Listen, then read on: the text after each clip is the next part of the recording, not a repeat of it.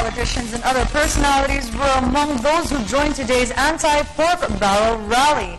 Organizers also said the mass action is just the beginning. Bianca Piedad filed this report. National Heroes Day celebration this year was made historical through every citizen's initiative to partake in today's heroic activity called the Million People March. Former legislator Ramon Magsaysay Jr. joined the march to end the abusive use of Priority Development Assistance Fund or PDAF. He said it is time to resolve the pork barrel system. Ako talagang magandang layunin, sincero. Hindi na masyadong corruption. Some militant groups, particularly Gabriela, Makabayan, Bagong Alyansang Makabayan, Anak Pawis, and other non-government organizations participated in the protest. Ang salubin po ng taong bayan ngayon, at sana makinig si Pangulo, ay i-abolish ang lahat ng anyo ng pork barrel.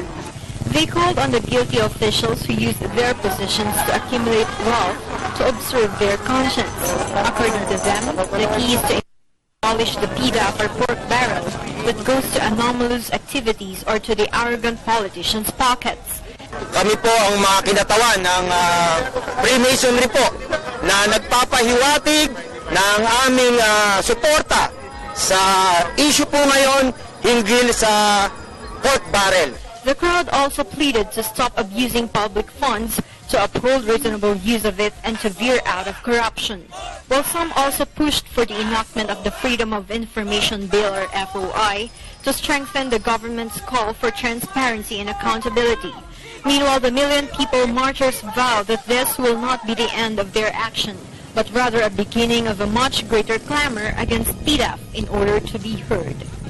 For People's Television, Bianca Piedad.